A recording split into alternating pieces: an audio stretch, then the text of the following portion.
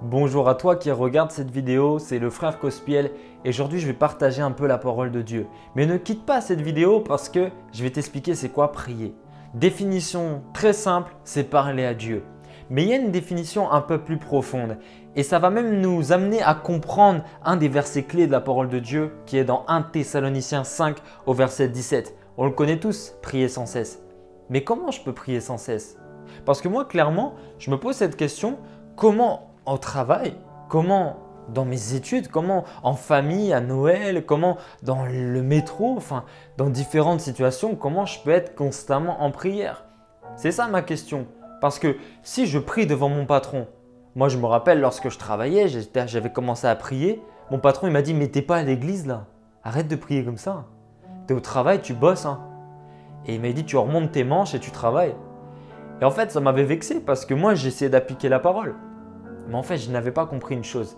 Le prier sans cesse, c'est un état de cœur. C'est une disposition et une considération envers Dieu que tu mets dans toutes les choses. Je vais faire plus simple. Lorsque tu dis Jésus, ça t'arrive au travail de dire, même à l'école, ah Seigneur. Rien qu'en disant Jésus, tu attestes quatre choses. Non, c'est vrai. Tu attestes sa présence. Pourquoi? Parce que tu dis Jésus. Donc tu attestes le fait qu'il t'entende. Donc tu crois qu'il est présent déjà. Donc c'est déjà énorme. Ensuite, tu attestes qu'il est puissant. Parce que si tu dis Jésus, c'est que tu t'attends aussi à ce qu'il puisse agir dans la situation. Tu es énervé, tu dis Jésus.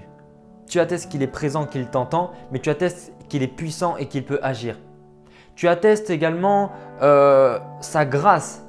Parce que quand tu dis Jésus, en même temps, tu attestes le fait qu'il t'entende et que même si tu es pécheur, qu'il veuille bien t'exaucer.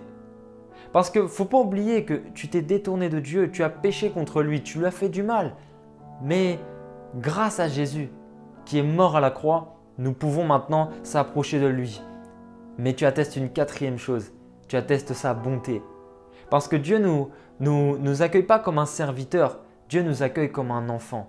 Il dit en effet, vous n'avez pas reçu un esprit de servitude, mais un esprit d'adoption par lequel vous criez « Abba Père ». Je peux dire « Père ». Je n'ai pas besoin de dire « Jéhovah, Yahweh, Jéhovah Rapha » et je fais des holocaustes, des jeûnes, je fais plein de choses pour que Dieu puisse m'exaucer. Non, je dis « Père ». Je me présente comme un fils. Je peux dire Jéhovah Rapha, mais je sais que en tout cas, j'arriverai comme un fils. Et en fait, en priant, tu peux attester quatre choses. Je répète, la présence de Dieu, la puissance de Dieu, la grâce de Dieu et la bonté de Dieu. Alors, le prier sans cesse, c'est déjà prendre en considération que lorsque tu penses à Dieu, tu attestes déjà quatre choses. Et j'espère que prochainement, quand tu prieras au travail même, dans les transports, en voiture, quand tu diras « Père, je te remercie », j'espère que tu prendras conscience de la puissance de tes déclarations. Sache une chose, la Bible nous dira dans Proverbes que la vie et la mort sont au pouvoir de la langue. Lorsque tu dis « Père, je te rends grâce », tu déclares la vie sur tes ressources même. Parce que lorsque Jésus n'avait que quelques pains et quelques poissons, il a dit « Père, je te rends grâce ». Quand tu regardes ton compte en banque, quand tu regardes les choses, le peu de joie qu'il y a dans ton cœur, focalise-toi sur le peu que tu as et dis « Père, même si je n'ai pas beaucoup, je te rends grâce ». Et c'est là que les choses vont se multiplier. Lorsque tu sais considérer le peu que tu as, Dieu te donnera en abondance. Mais si tu te considères comme n'ayant rien, si tu te considères sur ce que tu n'as pas, tu auras encore moins. Jésus a dit « On reprendra jusqu'au dernier centime et on prendra même à celui qui n'a pas ».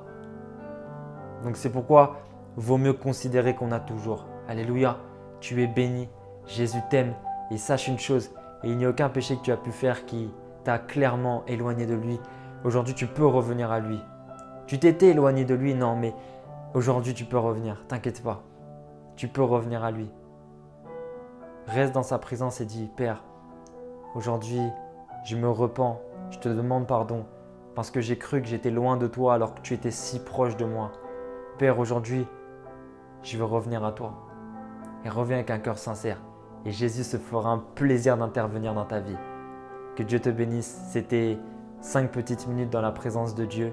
Si ça te plaît, tu peux dire aussi en commentaire le prochain thème que tu aimerais entendre. C'est un plaisir pour moi de partager la parole de Dieu. Que Dieu vous bénisse. C'était votre frère Cospiel. Et n'hésitez pas à vous abonner à la page en cliquant sur abonner et voir en premier. Parce qu'en effet, Facebook a changé l'algorithme des vidéos, ce qui fait qu'on ne peut plus voir les vidéos des pages. On voit que les vidéos maintenant des amis. Donc abonnez-vous, voir en premier. Et dites-moi fait en commentaire. Vous écrivez fait quand c'est fait. Que Dieu vous bénisse.